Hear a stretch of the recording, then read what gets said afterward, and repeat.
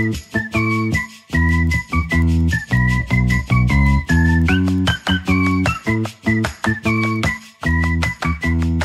bienvenue au 3e épisode de 2024 du Pod de lecture. Aujourd'hui, on va rencontrer Marilyn Boissonneau pour sa série Les voleurs de corps. Pour en discuter avec nous autres, on va voir comme chroniqueuse Annie Chabot.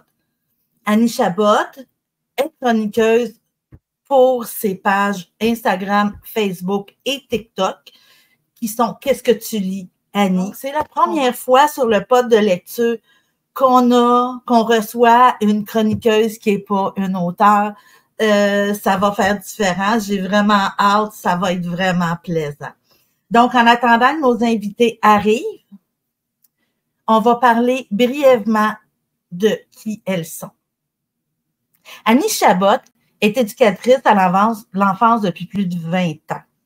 Elle adore la lecture, particulièrement les romans noirs, horreurs et policiers, mais aime aussi sortir de sa zone de confort pour faire des nouvelles découvertes. Sur ses pages Instagram, Facebook et TikTok, Qu'est-ce que tu lis, Annie? Elle fait des retours de ses lectures et partage d'autres informations littéraires. Marilyn Boissonneau est une passionnée d'écriture depuis ses 13 ans. Elle a toujours écrit, elle a toujours gardé des carnets, mais elle ne s'est jamais laissée aller à publier ou à faire lire ses écrits. Puis finalement, elle s'est lancée dans une carrière de peintre durant une 20aine d'années pour finalement laisser sa passion reprendre le dessus et se décider à écrire pour notre plus grand plaisir. Les genres de prédilection de l'auteur, c'est l'horreur, le science-fiction et le fantastique. Donc, en début 2023, elle publie finalement Les Affamés, qui est le premier tome de sa série Les voleurs de corps. Ensuite, cette année, début 2024, elle nous arrive avec le second tome. Donc, on vient vous parler des 2 premiers tomes d'une série qui devrait se faire en 6 épisodes. Donc, voilà, on reçoit nos invités dans quelques minutes.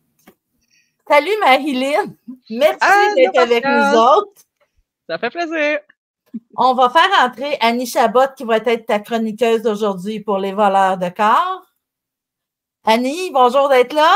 Bonsoir, ça va? Annie? Oui, vous autres aussi? Oui, ça va bien. Donc là, on va commencer avec Annie qui va nous parler je fais des switches en même temps, qui va faire la chronique des voleurs de corps. Donc, Annie, tu vas nous faire la chronique du roman de Marilyn. Oui, je vais vous faire la chronique des affamés. Excellent. Je te mets en avant. Et voilà. En premier lieu, je vais vous lire la C4 du livre Les Affamés, ici, le premier roman de Marilyn Boissonneau, pour vous mettre un petit peu dans le contexte des romans qu'on va parler ce soir. Mina Kovicha se fait arrêter par la police militaire alors qu'elle est sur le point d'être dévorée par une chimère géante. Par chance, son dossier tombe entre les mains d'un vieil ami de la famille, le général Andrei Prostova. Grâce à lui, elle échappe au peloton d'exécution et est envoyée dans une prison souterraine à sécurité maximale, cachée au milieu d'une jungle tropicale à l'autre bout du monde pour y être réformée. Elle y fait la connaissance du beau-til et de Sophia, qui deviendra rapidement sa meilleure amie. Cependant, une série de meurtres sordides vont se produire peu à peu après son arrivée et les détenus comme les gardiens commencent à douter de la réalité qui les entoure. Un agent correctionnel, Damien, entend un rire dans sa tête qui n'est pas le sien. Si elle a des pertes de conscience qui ne s'expliquent pas, Mina perd le contrôle d'un robot de combat et manque de peu de blesser Sophia. Le général Prostova est le témoin impuissant des événements qui menacent la vie de la fille unique de son ami Sergei, dont la mort le hante toujours. Est-ce que Mina et les autres réussiront-ils à s'évader de cette prison avant qu'elle ne devienne leur tombeau? Tout d'abord, l'action se déroule à Ephytra, qui est depuis une épidémie qui est sous le contrôle de l'armée impériale dirigée d'une main de fer par la famille Kova depuis 300 ans. Et puis, leur pouvoir va s'étendre à la totalité presque du globe. Puis, à travers tout ça, on va retrouver Mina, qui est une fille qui est fonceuse, avide de liberté, elle n'a pas peur de grand-chose, puis qu'elle va monter une révolution pour se battre pour un monde meilleur, puis être en quête d'une justice aussi. Puis autour de ça aussi, on va vivre le mystère un peu de la mort de son père, puis d'un objet précieux qu'il aurait transmis, qui va avoir beaucoup d'importance aussi dans l'histoire. Ben, moi, j'ai adoré ma lecture. Premièrement, c'était une belle découverte qui était la plume de Marilyn. On est plongé dans l'action, là, vraiment dans le tout début. Elle est présente vraiment jusqu'à la fin. Sa plume est superbe, elle est colorée, elle est vraiment fluide, ça se lit super bien, puis elle est super précise dans ses descriptions qu'on peut vraiment tous imaginer de qu'est-ce qu'elle nous raconte. L'intrigue est constante, qu'on a vraiment de la misère à lâcher notre livre. J'avais vraiment la misère de le mettre vraiment à côté pour aller faire d'autres choses, tellement je voulais vraiment savoir qu'est-ce qui se passait. J'ai trouvé les chapitres qui étaient vraiment courts, ils étaient vraiment efficaces, puis ils étaient vraiment remplis de suspense tout au long. Puis ça soutient vraiment l'histoire aussi, qui était vraiment très cohérente. Il y avait aussi beaucoup de mélanges de genres littéraires. Il y avait la fiction, le fantastique. On touche un peu à l'horreur, puis aussi un peu de dark romance que j'ai vraiment aimé. Puis ça était très bien structuré. Puis ça ficelait tout bien l'histoire. Je suis tombée en amour avec ces personnages. Nina, je me suis attachée super vite à elle. Elle est fonceuse. Comme je disais, elle a peur de rien. Elle est super attachante. Elle a un besoin fort de liberté qu'on ressentait. Puis ça, c'est vraiment l'élément clé du roman aussi, la liberté. Elle a des idéaux de révolution, puis il n'y a personne qui va se mettre à travers de son chemin pour les réaliser. Puis de l'autre côté, ben, il y a les démons qui sont super bien habillés, costards, super séduisants, forts, sexy, mais qui ont vraiment là, une âme noire, sont cruels, sont avides de sang et de chair humaine. Vraiment, on se prend vraiment au jeu de les aimer puis les détester. Donc, c'était vraiment un gros coup de cœur qui était son roman. Vraiment, je l'ai adoré. Merci, Annie, pour cette belle chronique. Ça fait plaisir. Merci beaucoup. Donc, moi, je veux dire, OK, là, on passe à une période de questions particulièrement sur la chronique de Annie. Parce que moi, j'ai pas lu le livre. Moi, je m'assure toujours de pas les lire, pas les avoir lus au moment du podcast pour pouvoir amener des questions normalement qui vont intriguer les futurs lecteurs.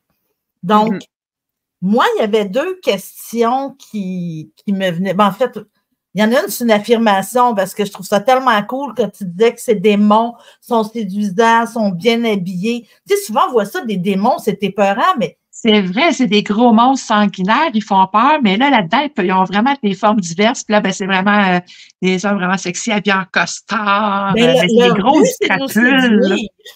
Oui, ben c'est pour ça que je les ai fait beaux, parce que c'est ça le but. C'est le but d'un démon, c'est de te manipuler, c'est de te faire croire des choses. Fait quoi de mieux qu'une superbe enveloppe pour t'envoûter? Ben oui, parce que sinon, il me semble, tu te pousses, tu sais. Ben c'est ça. Moi, ça, je me pousserais, là. Ben oui, ben tu sais, je me suis basée aussi, il y a une grosse influence de Dracula dans ce roman-là, parce que j'adore Dracula. Puis Dracula, c'est un vampire qui a de multiples formes, entendons-nous, mais il y en a une que c'est un jeune, c'est un beau monsieur, séduisant, c'est comme ça qui, finalement, dans l'histoire de Dracula, qui va séduire Nina. Ouais. Fait que, mon parallèle, tu sais, je veux dire, c'est un peu évident, là, pour moi, c'est un peu évident, mais je me suis vraiment inspirée de ça, dans le fond, pour leur donner ce look-là. Très justement, très bel homme, bien habillé, ils sont bons, ils sont bien coiffés, fait que oui, puis ça a du sens. Moi, il m'aurait eu, là. Moi aussi. Bon, ben toi, Annie, tu l'as lu, donc j'imagine que tu te dis, oui, je le veux, lui. Ben oui. Un peu comme Mina, là. Elle voulait pas mal. Il y a une autre question qui m'a... Tu sais, au tout début, tu parles de l'endroit où ça se passe. Excuse-moi, je mémorise pas le nom parce que... C'est Ifitra. Facile à prononcer. Oui, mais est-ce que ça se passe sur la Terre? Non. OK. Non, parce que quand j'ai écrit cette histoire-là, c'est mon premier roman, là, puis je me suis dit, je vais pas me faire chier avec des noms de rue. Fait que je me suis dit, ça va être fictif. Puis je vais le découvrir en même temps que les personnages. Tu sais, le premier tome, ça se passe dans une... Tu sais, c'est pas long qu'on quitte Ephytra, puis qu'on se rend dans une prison souterraine où à peu près comme le tiers de l'histoire va se passer, puis après ça, l'autre partie, ça se passe dans la jungle. Fait que, tu sais, bon, tu sais, je me suis pas cassé la tête avec justement des noms de rue, tu sais. Fait que, mais c'est ça. Mais moi, c'est ça, je me posais la question, parce que tu aurais pu créer une ville en quelque part sur la Terre, dans je sais pas quel continent. Oui. Ah, tout à fait. J'aurais pu carrément comme décider de faire comme, je sais pas, une île fictive, mais sur la Terre. Mais non, j'ai juste dit ça va être complètement inventé, comme ça, moi, je fais ce que je veux. C'est le fun, ça offre une certaine liberté.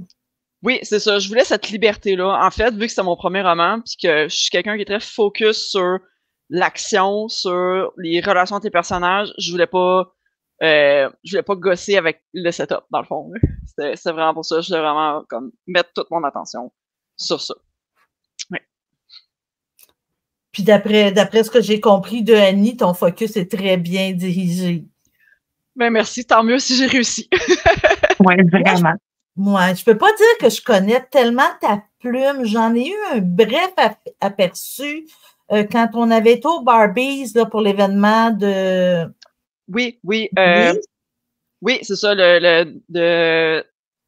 voyons, de 5 à 20, le 15 à 21, c'est ça, de Élise. C'est ça. Élise. Ouais. C'est ça, il y avait des extraits, là.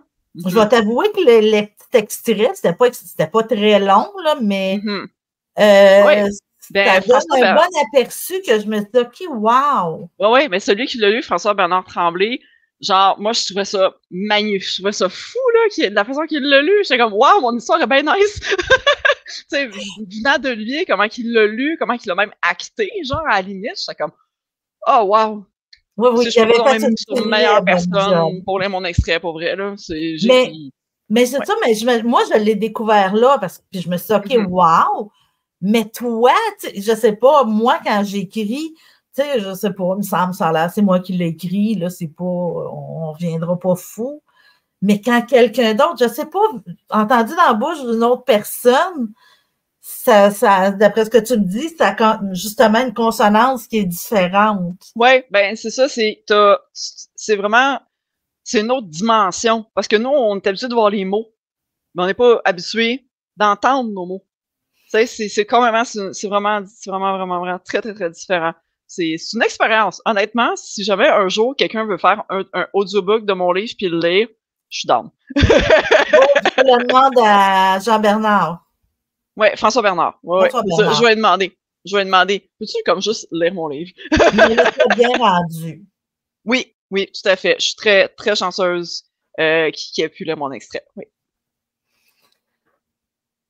Ben, moi, j'aimerais ça savoir d'où t'es venue l'idée des voleurs de corps. Ça a commencé, je devais avoir 13 ans.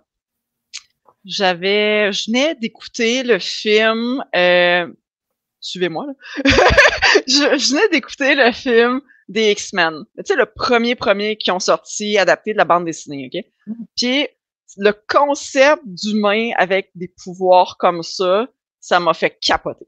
J'ai trippé, je me suis dit, je vais écrire quelque chose comme ça, moi aussi.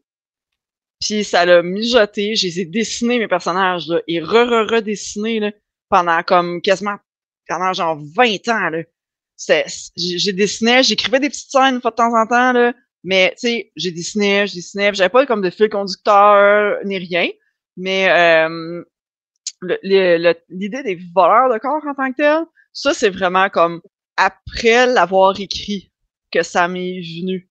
Ça, ce concept-là, justement, des démons qui font une possession de corps, etc., etc. Ça, c'est venu vraiment après. Dans le fond, oui, ils ont des habiletés surhumaines, on s'entend, mais c'est pas aussi comme flamboyant que l'X-Men. Je me suis éloignée de ça pour y aller plus comme, tu sais, pas subtilement, tu sais, juste à petite pincée, parce que c'est comme ça que j'aime mon fantastique. Moi, justement, le fantastique, j'aime ça parce que c'est juste à petite dose. Ça, j'aime vraiment ça. Mixé avec d'autres genres que j'aime, évidemment. C'est comme justement, la science-fiction. Plus que la série avance, plus qu'on s'en va dans la science-fiction. Là, c'était très basic, mais juste avec le tome 2, là, il y a de la technologie, il y a des implants, il y a des prothèses, tout ça. Puis là, dans le 3, je vais encore plus loin, là, on s'en va avec des vaisseaux spéciaux, puis tout le kit, là. Ça prend de l'expansion. Mais c'est ça, le principe, puis ça fait du sens. Tout le long de l'histoire, le principe du voleur de corps finit par fait du sens. Oui, oui. Est-ce que je veux faire attention, je vais laisser de la place à Annie si elle a des questions, parce que je sais que des fois, je m'arrête plus. Combien de tomes t'as prévu? Tu le sais-tu déjà ou? Ouais. Initialement, j'avais pas prévu faire de suite, mais je m'enligne pour 6 tomes. Là. Oh yes!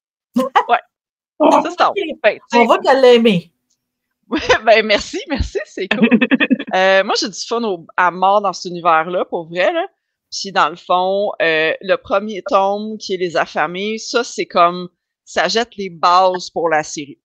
Après ça, j'ai tome 2, 3, 4, qui vont constituer une trilogie en eux-mêmes.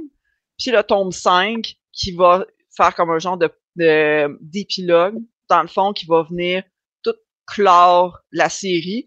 Et un tome 6 qui va être l'équivalent de mon tome 0, dans le fond, qui va expliquer tout le prélude. Okay. Ouais, c'est ça, tout le prélude, dans le fond. Ça va être le prélude. Parce que tout part, dans le fond, tout est une conséquence de ce que le père de Mina faisait. Mais on ne sait pas qu'est-ce qu'il fait. Okay. On va le savoir quand je sortir mon tome 6. Là, ton tome 1, il est déjà disponible. Oui. Ton tome 2, il sort bientôt, je crois, ou il est déjà sorti? Il est sorti. Il est super bon. Ah, merci. Ah, j'ai eu du fun à l'écrire, là. Puis où est-ce qu'on peut se le procurer? Sur Amazon. Le premier tome, en fait, la première édition des Affamés, celle-là, est disponible en librairie, en bibliothèque, puis en numérique sur Amazon. Oui, c'est ça, en numérique sur... en fait, toutes les plateformes qui offrent le numérique, c'est disponible. Ça, c'est la première édition, jusqu'à épuisement des stocks. La deuxième édition du roman Les Affamés, ici, est disponible sur Amazon, numérique et broché. Puis, c'est ça, l'enfant, puis le volume 2, la suite, ça aussi, c'est Amazon. Amazon exclusivement. J'ai décidé d'auto-éditer cette série-là parce que ça m'aurait coûté trop cher. Ça m'aurait juste coûté trop cher de... Oui, puis Amazon a l'avantage de nous rendre international. Oui, ça aussi. Ça, encore là, ça me prendrait une stratégie pour aller chercher les Européens. Là. Je travaille. Mais il y a beaucoup de Français et d'Européens sur des groupes de lecteurs, fait que ça, c'est le fun. Mais c'est juste d'aller comme chercher ces gens-là. Puis j'ai aussi, dans le fond, peut-être que tu l'as... Je sais pas si... Non, c'est ça, tu l'as pas lu, Pascal. Donc, c'est ça. Une petite nouvelle pour 5$ pour découvrir mon écriture avant de s'embarquer dans une série de 6 tomes. C'est pour découvrir ma plume, voir si vous aimez ça. Ça englobe pas mal mon style. C'est ça, il y a un bel homme qui cache un secret, puis il y a du sang, là, puis toutes les affaires qu'on aime, là. Fait que c'est ça. OK, donc ceux qui ne te connaissent pas, c'est une belle façon d'ouvrir une porte. Moi, en tout cas, je ne l'ai pas lu, mais je le recommande parce que c'est ça. Le bref aperçu que moi, j'ai eu de ta plume, c'est wow! Annie peut confirmer. Est-ce que tu l'as lu, Annie, son petit... Je n'ai pas lu le carnet. Moi, j'ai lu le deuxième tome. Okay. Il est super, super bon, mais j'ai les carnets que j'ai achetés à Marilyn la dernière fois. Je l'ai vu, oui. OK. Donc, c'est ça. Elle a la chance d'avoir découvert ta plume avant tout le monde. Mais là, justement, le podcast va permettre à plein de gens d'entendre parler de toi et justement avoir envie. Ben, c'est pour ça qu'on fait le podcast, pour pouvoir donner envie à ceux qui vont aimer ton style de roman de le découvrir. Parce que dans la réalité, pourquoi est-ce que quelqu'un lirait ton livre s'il ne sait pas qu'il existe? Non, effectivement. Ouais. Est-ce que les gens peuvent te communiquer directement s'ils voudraient une copie dédicacée? Tout à fait. Oui. Oui. En message privé sur Facebook, Instagram. Sinon, j'ai mon site web, www.marilynneboissonneau.com. J'ai mon infolette, puis j'ai un formulaire aussi pour me contacter. On peut me contacter par courriel aussi avec répondre à mon infolette, puis moi, je vous réponds, il n'y a aucun problème. À date, je suis pas encore assez populaire pour avoir besoin de quelqu'un pour le faire à ma place. Fait que profitez-en, c'est moi qui réponds. C'est le fun, c'est plus personnel. Ben oui, faut en profiter. Hein? Ben, c'est excellent. Ou encore quelqu'un qui veut te réserver une copie pour un des salons parce que est-ce que, si je me souviens bien, tu es assez active dans les salons? Oui, quand même. J'ai été active l'année passée, puis là, après le salon du livre de Noël, je m'étais dit, ah ouais, je vais prendre ça mollo. Haha, non. Non, fait que non, c'est ça là. Dans le fond, le 16 mars, je vais être au Salon Passager de Québec. Le 13 avril, je vais être dans une résidence pour personnes âgées à Joliette pour un petit salon du livre en après-midi. Après ça, le 21 avril, je vais être à Drummondville comme tous les auteurs du Québec.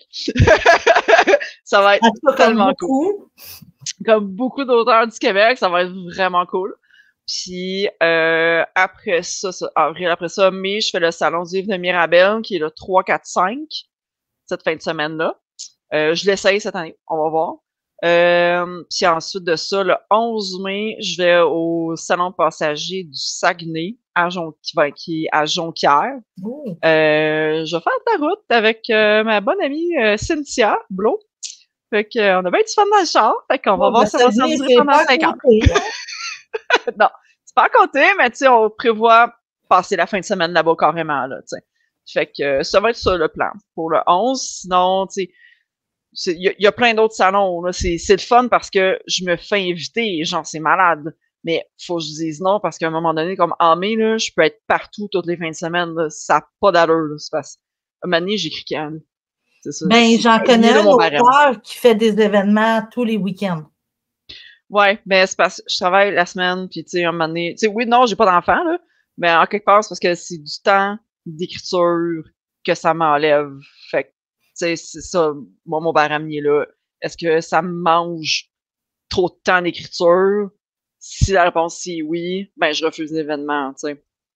C'est le plaisir d'écrire. Ben, c'est ça, faut que ça reste un plaisir aussi. Tu sais, si je veux sortir le tome 3 des Voleurs de corps pour le début de l'année prochaine, ben tu sais, faut que j'écrive, faut que j'abrège, tu sais. Ouais. Oui, t'as raison. Dans l'idéal, les auteurs, on pourrait vivre de notre plume, puis gérer notre temps entre les événements, il y a de quoi travailler, à faire, puis l'écriture. Il y a de quoi faire temps plein, là. Oui. Il y a de quoi faire temps plein, là. C'est sûr, là. Mais c'est ça, vu que c'est pas le cas, puis qu'il faut qu'on aille une job, ben, pour l'instant, c'est ça la réalité, puis ben, je vais me faire désirer, puis ça va être ça. Donc, c'est quoi le titre du deuxième tome? C'est Les survivants. Et que ça donne une petite idée de qu'est-ce qui se passe après les affamés, tu sais. Survivants! Ouais, en fait, c'est le nom. Ils ont mangé tout le monde, puis l'instant, il faut qu'ils survivent. Ouais, c'est ça. Personne à manger. Non, mais en fait, dans le tome 2, on fait un saut de 10 ans après les événements du tome 1. Oh! Parce que moi, je voulais pas écrire de la survie. Ça m'intéresse absolument pas. J'aime pas le genre zombie à cause de ça précisément. Mais c'est ça. Puis je voulais pas écrire comme des intrigues de pouvoir aussi. La politique, ça m'intéresse pas. Fait que c'est pour ça que je me suis dit, regarde, je vais laisser la poussière retomber. Puis 10 ans plus tard, on y est rendu où? Tiens, la société s'est remise à fonctionner, mais avec les démons. Fait que comment ça se passe? Fait que là, j'adresse des affaires. J'adresse le choc post-traumatique, j'adresse quand même beaucoup de choses avec ça. Ça m'a donné cette occasion-là, fait que c'est le fun. J'adresse la consommation de drogue aussi, évidemment, parce que les gens ont tous des mécanismes pour dealer avec leur nouvelle réalité qui se sont fait imposer. Fait que c'est ça. Puis on voit les démons aussi parce qu'ils sont pas tous contents non plus, tu sais. Fait que, non. Il y en a qui sont pas contents d'être sous le règne de Mina, pas du tout, puis que eux autres, avant tout, c'est des prédateurs, des chasseurs d'humains, ils veulent du sang. C'est ça. Sur le régime, puis boire du sang séché, là, non. Ouais, ben c'est ça, tu sais, il y en a que ça fait la job, mais il y en a d'autres que, il manque un petit quelque chose, tu sais. Ouais. Fait que c'est ça. Fait que, ils ont des frustrations de bord et d'autre. Puis c'est ça que je voulais comme amener aussi, dans le fond, des deux côtés de la médaille, des deux camps. T'sais. Voir justement, tu sais, les humains, OK, ils vivent comme ça. OK. Mais les démons, eux autres, de leur bord, comment qu'ils vivent ça, tu sais? Fait que, en tout cas, ça m'a permis de jouer avec ça, puis là, je développe mon univers à travers ça. Puis là, il y a d'autres joueurs aussi qui rentrent là-dedans, tu sais. Dans le tome 3, il va y avoir, tu sais, ça, justement, d'autres joueurs, puis tu sais, le mystère, tu sais, l'intrigue va s'épaissir. Mais toi, Annie, comment? OK, t'as lu les deux? Oui, j'ai lu les deux. Est-ce que tu as lu les deux, un derrière l'autre, ou tu as eu un intervalle entre les deux? J'ai eu un petit intervalle entre les deux, mais pas beaucoup, non. OK. Comment tu as trouvé le saut de 10 ans entre celui que tu venais de lire et l'autre que tu as commencé? Ben, il s'est fait super bien. C'est au début, tu as une petite mise en contexte, là, ben, t'expliques justement que l'on est 10 ans plus tard sous le règne de Mina, qui se fait depuis 10 ans, puis c'est le premier gouvernement qui est élu démocratiquement. Puis que de l'autre côté, tu as les survivants. Puis il y a l'Église des survivants qui s'est fait aussi. C'est une religion qui est vraiment la plus populaire là-bas. Fait que tout, elle nous met tout en place pour nous expliquer aussi qu'on est rendu dans l'histoire. Fait que tu arrives puis t'es pas perdu. Tu sais. Tu fais, OK, Wataba, il s'en est passé des choses en disant, mais t'es vraiment pas perdu. Tu suis vraiment l'histoire. Okay, tu n'as pas le besoin de retourner dans le premier tome. Pas du tout, non. J'ai pas senti le besoin d'aller voir dans l'autre. Excusez, d'aller voir dans l'autre. Puis aussi qu'on était rendu, j'en ai-tu perdu un bout? Non, pas du tout. Ça, c'est vraiment fait super, la transition. Cool, merci. Merci, je suis contente que la transition, ça se passe bien, qu'il n'y ait pas comme trop de questionnements, qu'on se rassoit, puis c'est correct. T'sais. OK, ouais. C'est cool. Merci de confirmer, j'ai bien fait ça. C'est ça, un gap de 10 ans, il se passe des affaires, puis ouf! Ouais. Puis je reprends pas nécessairement les mêmes personnages non plus que le premier. On en suit d'autres, mais c'est ça. Mais c'est comme, il y en a un qu'on a vu dans le 1. Il y en a une qui a été mentionnée, mais c'est entre autres pour ça le gap de 10 ans, parce qu'il fallait que je fasse vieillir. Yeah. C'est une bonne raison. Ouais. C'est une très bonne raison. Puis, c'est ça. Dans le fond, il y a un autre démon qu'on va suivre pour avoir justement leur point de vue à eux autres, comment ils vivent ça. Ouais. Donc, 10 ans plus tard, c'est vraiment, tu viens développer des nouveaux personnages. Oui. Ouais. Pour la trilogie, dans le fond, entre les deux, mais on les revoit, tu sais, les autres personnages, mais ils sont plus principaux parce que l'intrigue principale, dans le fond, prend une autre direction. Concerne plus où est-ce qu'ils sont rendus. Oui, parce que si j'ai bien compris, Mina est rendue à la tête du gouvernement, là. Oui, c'est ça. Puis les gars qui étaient avec elle, dans le fond, qui l'ont amené là, eux autres aussi, tu sais, sont dans leur tour d'ivoire en ce moment. Fait que je voyais pas d'histoire à raconter avec eux autres. Là, sont comme dans leur tour d'ivoire, puis sont même déconnectés de ce qui se passe au niveau de la population. Fallait que je reste au niveau de la population. C'était vraiment ça que je voulais faire. Oui, donc représenter la réalité qu'à un moment donné, les révolutionnaires, admettons, bon, ils sont très au courant de ce qui se passe dans la population, ce qui va pas, ce qui est reproché au gouvernement, mais une fois qu'ils sont au gouvernement, qui ont instauré ça comme eux autres, tu penses que c'est la bonne chose. Oui, c'est ça. C'est ça. OK. Fait que c'est vraiment... Ouais, mais ça veut pas dire qu'ils vivent pas des affaires. Comme là, j'ai écrit des scènes dans le tome 3. On va les revoir, là. Parce que moi, j'ai goût de les revoir. Fait qu'on va les revoir dans le tome 3, là. Je suis vraiment excitée. Cool. C'est vraiment cool parce que parce que là, justement, dans le tome 2, il se passe des choses qui brisent le statu quo, dans le fond. Puis ça va aller les atteindre dans leur tour d'ivoire, justement. Puis ils vont réagir. Fait que dans le tome 3, ils réagissent. Ça va être quoi le titre du tome 3, si on peut être indiscret? Le titre est déjà déterminé? Ben, j'en ai comme 3. Mais je suis pas sûre, tu sais, je vais comme le brainstormer. Encore, à l'origine, notre titre, c'était Les Fugitifs. Mais je dirais plus avec comme peut-être les réfugiés, les écorchés. I don't know. Fait que c'est ça. C'est tous des titres provisoires entre parenthèses que je suis pas sûre, puis je refais le cover du livre en changeant le titre tout le temps, puis je suis comme, bon, Mais je vois que c'est le principe d'un terme court. Ouais. Ouais. Fait que le voleur de corps est plus long, mais l'autre titre est plus court. Ouais, c'est ça. Le sous-titre de la série, tu sais, je le veux vraiment court. Les affamés, les survivants, puis peut-être ça va être, tu sais, les écorchés, pour même, je sais pas pour faire un clin d'œil à mon ami Cynthia, là, ou à tous les autres livres que le titre c'est écorché. C'est pas ça pour tout, tu sais. Mais, en tout cas, je vais trouver un autre mot peut-être, ou ça va être ça, peu importe. Mais, c'est vraiment, tu sais, je choisis vraiment par rapport au thème qui est exploré dans le livre. Ouais, je sais que des fois, le titre nous saute d'en face quand on est rendu à la fin ou. Ouais, c'est ça. Ou des fois, tu commences un projet, tu as déjà ton titre. Il est déjà là. Mais c'est ça. Tu le changes pareil, rendu plus loin. Puis tu le changes pareil, rendu plus loin. Tu sais, mais c'est ça. C'est pas coulé dans le béton jusqu'à ce que ça soit imprimé. Là. Fait que j'ai encore le temps d'y penser, ça serait quoi mon titre. Mais ouais, c'est ça. Ça tourne dans ces eaux-là. Ouais. Est-ce que tu as prévu d'en sortir un à chaque année? Idéalement, ouais. J'aimerais ça. Au début de chaque année, comme ça, je repars l'année littéraire avec un nouveau roman. C'est mon plan. Tu sortirais tout le temps début d'année en plus. Ouais, c'est une bonne idée. Ouais, c'est ça. C'est comme. Là, j'ai sorti un petit peu de bonheur, par exemple, mon tome 2, c'est parce que je voulais l'avoir pour l'Imaginarium le 10 février. Fait que c'est ça. J'ai sorti un petit peu trop tôt, là. Janvier, c'est trop de bonheur.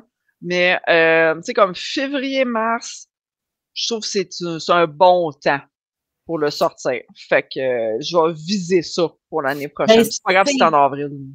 Moi, je trouve ça intéressant qu'il soit là pour sorti pour la semaine de relâche, parce que j'ai beaucoup de gens au niveau des professionnels qui disent qu'ils ne lisent qu'en vacances. Ouais. Puis s'ils ont des enfants, ben la semaine de relâche, c'est une semaine de vacances. Ouais, vacances. Ça dépend toujours de l'âge des enfants. Ouais, c'est ça. Ouais. C'est sûr, là. C'est sûr, quand ils sont pas encore à l'école, ben la semaine de relâche en tant que telle, on n'y est pas. Mais toi, tu n'en as pas à travers tes livres, tu penses? Des enfants? Fais-tu celles qui ne veulent pas d'enfants? Ben, sur une note personnelle, oui, j'en ai pas, j'en veux pas, j'en aurai pas. Okay. Mais non, dans mes romans, à date, tu sais, dans ma petite nouvelle, des carnets rouges, il y a des enfants, mais ils sont sont secondaires à l'intrigue.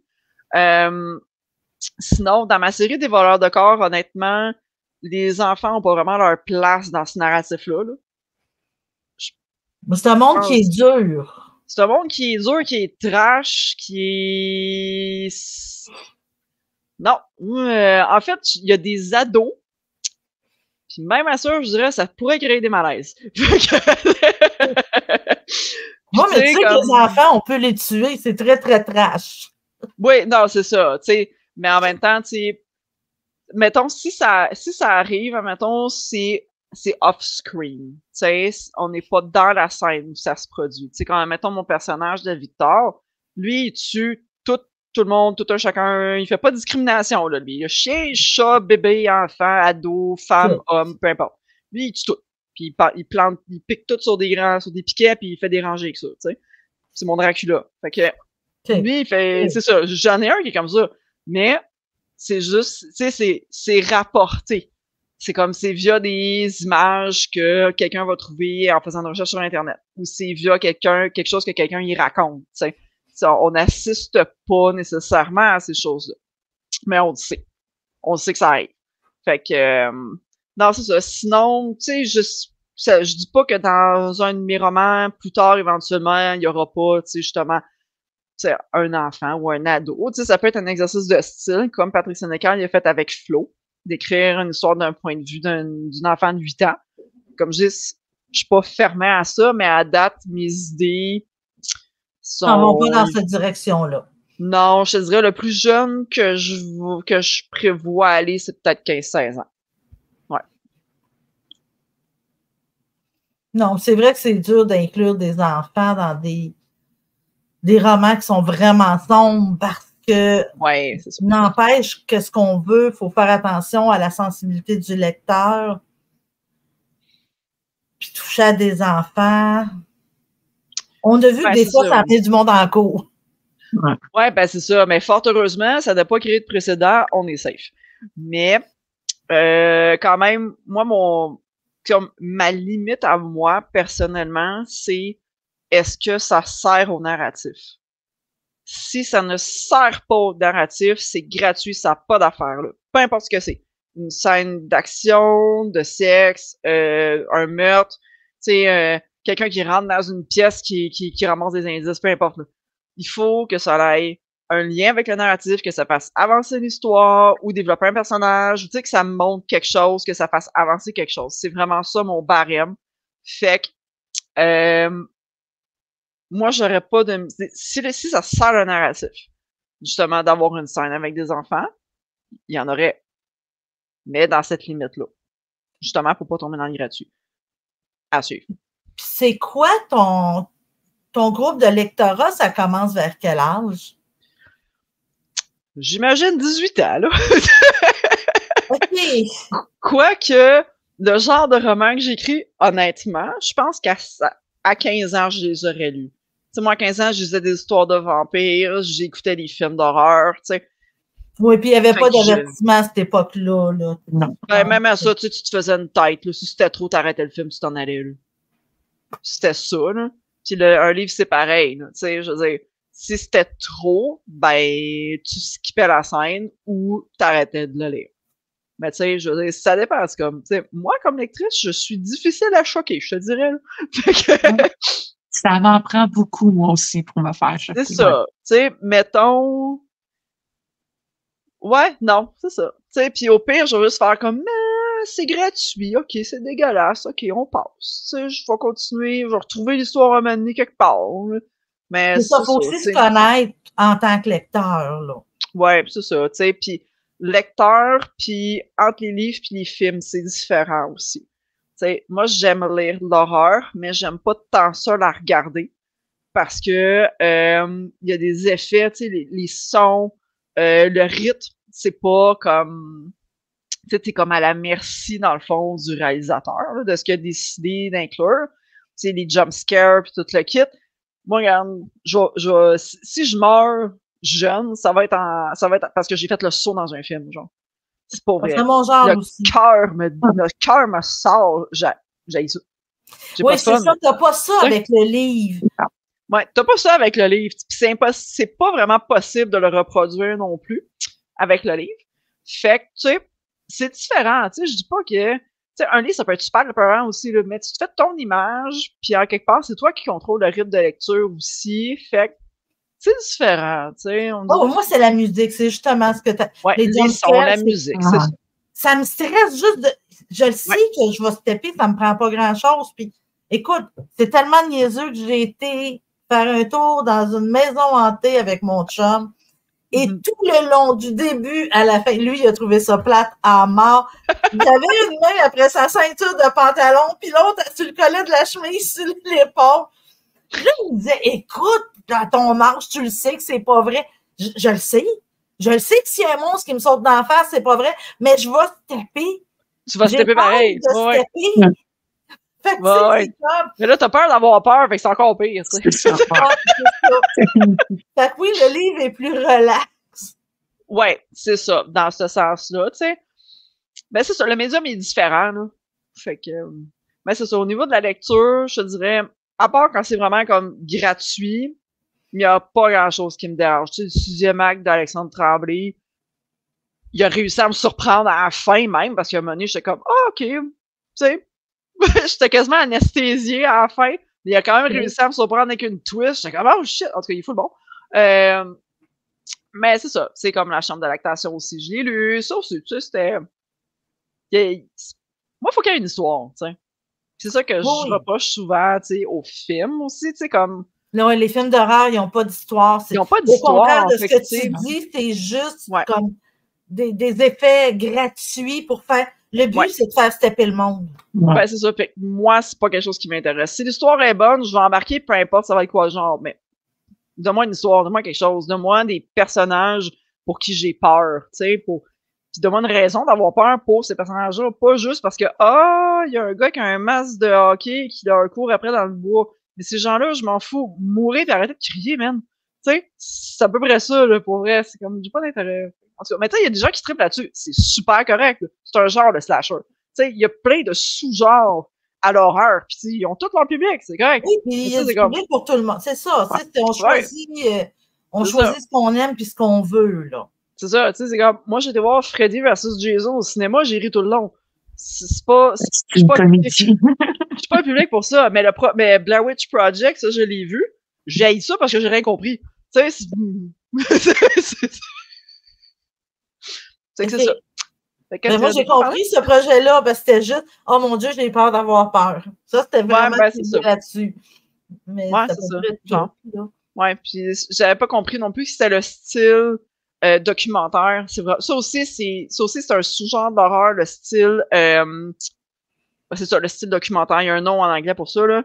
Mais il y a quelques films qui ont été filmés dans ce genre-là, comme Paranormal, je pense. Ouais. En tout cas, je veux pas dire de niaiserie, là, mais ça a été filmé carrément comme si c'était pour vrai, genre dans la maison avec quelqu'un. C'est des films à super haut budget, mais moi je trouve ça vraiment plus épeurant parce que tu te demandes tout le temps si c'est vrai, si c'est pas vrai. Juste à cause de la manière que c'est filmé, genre moi ça me fait fucker. Fait que, en tout cas, bref. Bon, moi je te suis moins un petit peu là-dessus parce que moi les films d'horreur là, si j'en écoute un, c'est un peu un hasard. J'adore le suspense, par exemple. Ouais. Tu sais, Je suis une légende qu'on m'a présenté comme un film d'horreur. Non, c'est pas un film d'horreur, ça. Non, c'est un suspense. Oui, à la fin, il y a une petite portion horreur, là. L'horreur, c'est le fait que son chien meurt. Ben vite, là. Ça faire se taper, là. Ça, c'était le bout que j'ai trouvé plate, mais le reste, c'était vraiment, là, oui, qu'est-ce qui se passe? Tu sais. Ouais, c'est ça. C'est plus un thriller, suspense avec la survie, tu sais. Mais c'était pas si horrifiant que ça. Tu sais, j'ai vu des films de zombies. Fuck, plus épeurant que ça, là. Tu sais, je veux dire. Ah, lesquels? Non. Ben, tu sais, pour ne nommer que celui-là, Brain Dead. Ah. Ben ouais, c'est un classique avec la tondeuse. Mais je riais. J'étais comme. C'est une comédie d'horreur, ah ouais. C'est une comédie, c'est ça, c'est une comédie. Avec les zombies qui font des bébés, regarde, à l'aide. Mais, tu sais, c'est ça, c'est horrifiant. C'est horrifiant, c'est dégueulasse. Mais en même temps, c'est fucking drôle. En tout cas, bref, c'est juste. C'est celle-là que le gars, il tourne autour de son char pour débarrer la porte, puis qu'il arrive pas, puis qu'il retourne parce que les zombies courent après. Puis... Non, ça, c'est Zombieland, le premier. Ah, oui, Zombieland. Pendant qu'il court, il t'explique pourquoi ça te prend un bon cardio. Ouais. Quand il y a une évasion de zombies, puis là, tu sais, parce que tu vas chercher tes clés, tu vas gosser, puis après ça, faut que tu regardes sur le siège arrière parce que c'est sûr qu'il y a un zombie qui se cache là. C'est tous les clichés des films de zombies qui reprennent. Mais tu sais, c'est une comédie d'horreur, ça aussi, là. Honnêtement, Zombieland, c'est vraiment bon, là. Il y avait une histoire. Je sais pas, moi, j'en ai juste entendu parler. J'aime tellement pas les films d'horreur que même les comédies d'horreur, je les évite. Ouais. Mais sinon, tu sais, il y a les Evil Dead, évidemment. Ça aussi, je les ai écoutés. C'est pour l'époque où ça a été fait, avec les effets spéciaux, c'est assez horrifiant, là. Oh, c'est horrifiant pour vrai, là. Ouais, non. Puis tu te dis que, tu sais, c'est parce que c'est tous des mannequins, c'est tous des robots, c'est tous des effets spéciaux. C'était tout, tu sais, ils faisaient, là, pour vrai, là. Tu sais, le sang, c'était du sang, le goût, c'était du goût. Tu sais, il y avait des robots, des animatronics qu'ils appellent, pour le créer. Fait que, tu sais, c'était là. C'est là, sont là les choses. C'est pas comme avec les affaires avec les ordinateurs de nos jours, qu'on fait comme, tu sais, notre cerveau, il fait la différence. Il arrive à la faire la différence. Tandis qu'avec les effets spéciaux, tu sais, des maquillages puis tout ça, c'est là. C'est pour de mais vrai. les filles, c'est sûr que vous n'avez pas mon âge, puis vous n'avez pas connu les effets spéciaux des films de Simbad. Non, ça c'est sûr que non. C'est gros comme des angles de bateau. Tu sais, dans le fond, c'est Star Wars qui a parti la mode des effets spéciaux, vraiment. Ouais. Là. Mais avant ça, oh my God. Ouais, tu voyais les câbles. Pareil, on y croyait pareil. Fallait-tu qu'on soit innocent? Non, mais c'est parce que, tu sais, c'est comme, c'est le cinéma, c'est la magie du cinéma. Puis, tu sais, quand tu connais pas d'autre chose, c'est comme, waouh, mais tu sais, les premières fois que j'ai regardé les Star Wars, j'étais comme, wow, c'était malade, là, ça avait pas rapport avec quoi que ce soit d'autre qu'on avait connu avant, là. Non. Mais c'est ça, ça a pavé la voie pour tout le reste. Hey, moi, j'avais 11-12 ans, non, j'avais à peu près 11-12 ans quand ça a sorti le premier au cinéma, là, puis c'était grandiose. Ben oui, c'est clair, là, c'est fou, là. À ce temps, on regarde ça, puis c'est comme, mais... Ouais, c'est ça. Mais pour l'époque, c'était extraordinaire. Bon. Mais oui. Oui, on passait des Simbad, là, où le Cyclope avait un œil dans le front, puis c'était... Comment ils ont fait ça? Tout était flagrant. Ouais. Fait qu'on parlait de quoi, là? Hein? On parle pas tout de ton livre. Non, c'est ça, on est rendu au cinéma, là. Est-ce que, Annie, tu avais d'autres questions pour Marilyn? Non, ben moi, ça avait fait pas mal le tour, tu les as pas mal posées. Moi, je me suis laissée aller. D'habitude, je laisse les autres poser des questions. Mais là, on va garder un petit peu de temps pour chacune de vous deux pour parler de ce qui s'en vient, vous autres, vos événements. Bon, Marilyn, elle l'a déjà, mais c'est pas grave. Elle va le remettre parce qu'il y en a qui vont peut-être s'en aller direct à la fin pour apprendre, OK, c'est quoi les événements? Qu'est-ce que, tu sais, savoir ce qui s'en vient pour vous autres. Je vais juste me garder un petit moment. Je vais me remettre. Donc, les livres de Marilyn sont disponibles sur Amazon. OK? Oui, le premier, vous pouvez vous le procurer en librairie. Vous pouvez le demander en bibliothèque. Ceux qui vont se procurer les livres sur Amazon, n'oubliez pas qu'une fois que vous l'avez acheté, vous pouvez mettre vos commentaires puis aller lui attribuer les étoiles selon votre lecture. Allez sur Amazon et allez sur votre commande. Ça s'appelle je pense que c'est achat vérifié. À ce moment-là, Amazon tient compte de votre vote, de vos commentaires pour permettre au livre de Marilyn d'être plus visible. C'est vraiment quelque chose que vous prenez la peine de le faire. C'est vraiment un plus pour les auteurs. On est content d'avoir vos commentaires, mais si vous ne le faites pas avec un achat vérifié, Amazon considère que c'est peut-être vous qui vous êtes créé un faux compte pour aller vous vanter. Donc là, on va passer un petit peu de temps pour que chacune puisse parler de ce qui s'en vient et de ce qu'il y a actuellement avec elle. OK, on va commencer avec Annie. Je te remets en avant. Voilà, Annie, tu peux nous annoncer ce qui s'en vient. Ben moi, je vais être beaucoup active sur mon compte Instagram et Facebook. Qu'est-ce que tu lis, Annie? Je fais des retours de lecture, je partage des événements et tout ça. Fait que mon mois de mars est consacré aux auteurs d'ici. Moi puis Cathy d'entre deux livres.qc, on interviewe 8 auteurs québécoises pour faire connaître leur œuvre et tout ça pour le mois de la femme, avec la journée aussi du droit international de la femme le 8 mars. À part de ça, je vais aller dans les salons du livre, comme là, j'étais allée au SLO il y a quelques semaines. Je vais être à celui de Québec le 13 avril. Je vais peut-être aller au Salon Passager le 1er juin aussi. Fait que c'est pas mal ça, qu'est-ce qui se passe. Je me promène un peu partout, je vais voir les événements, je rencontre les auteurs, puis je suis pas mal active sur ma page avec des retours de lecture. Est-ce que tu penses venir justement au salon de Drummondville où on va être au-dessus de 130 auteurs? Je pense pas y aller parce que la fin de semaine d'avant, je la passe au Salon du livre de Québec. Ouais. Ouais, ce soir-là, je pourrais pas y aller, non. OK, donc on te suit sur ta page Facebook et Instagram. Ouais. Donc, tu n'es pas disponible sur TikTok? Oui, je suis sur TikTok, mais je vais publier mes retours de lecture, mais je suis beaucoup plus active sur Instagram et Facebook. Moi, c'est les 3 réseaux sociaux que je connais. Là. Je suis dans la vieille gang. Là. Je ne connais pas les nouveaux que les jeunes vont tout le temps. Fait que merci, Annie. Ça m'a fait plaisir. Là, on va mettre Marilyn en avant. Marilyn, ça va être à toi de nous annoncer qu'est-ce qui s'en vient. OK. Qu'est-ce qui s'en vient, dans le fond? Là, on est au mois de mars. Donc, le 16 mars, je vais être au Salon Passager de Québec à l'Hôtel Universel. OK, Marilyn. Oui. On va couper ce petit bout-là, là, parce qu'il va être publié à fin mars. Ah oui, mon Dieu. Fait que le 16 mars, ça va être passé. Oui, c'est vrai, ça va être passé. Excuse-moi, moi je suis maintenant, tu sais. Ah ben oui, Annie aussi, avec... Ouais, avec le projet du mois de mars, il va rester 2-3 jours. Fait que... Ouais, ben ils pourront toujours aller voir, j'imagine. Bon, ils vont pouvoir aller voir après. C'est là. Donc, pour le mois d'avril, en avril, donc, le 13 avril, je vais être à la résidence Arthur B à Joliette pour un salon du livre en après-midi. Ensuite de ça, le 21 avril, je vais être à Drummondville pour le salon littéraire de Drummondville.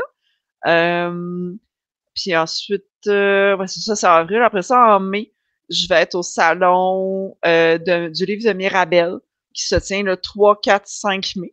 Donc, tout le week-end, je vais être là avec les auteurs.